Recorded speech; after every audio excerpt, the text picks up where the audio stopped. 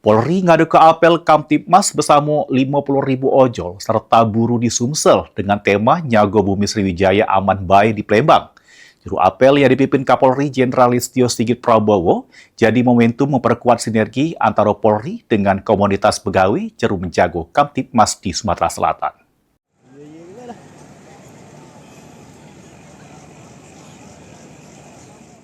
Apel dengan tema Nyago Bumi Sriwijaya Aman Bae ini dipeloi sebanyak 5.000 driver ojol sama buruh di Stadion Bumi Sriwijaya Palembang dipimpin langsung oleh Kapolri Jenderal Listio Sigit Prabowo.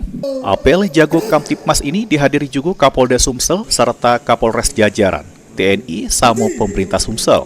Dengan apel serta deklarasi bersama ini, Kapolri Jenderal Listio Sigit Prabowo mengajak para ribuan driver ojol sama buruh untuk sama-sama menjaga Kamtibmas di Sumsel di tengah situasi global yang berpotensi stabilitas keamanan serta ekonomi nasional.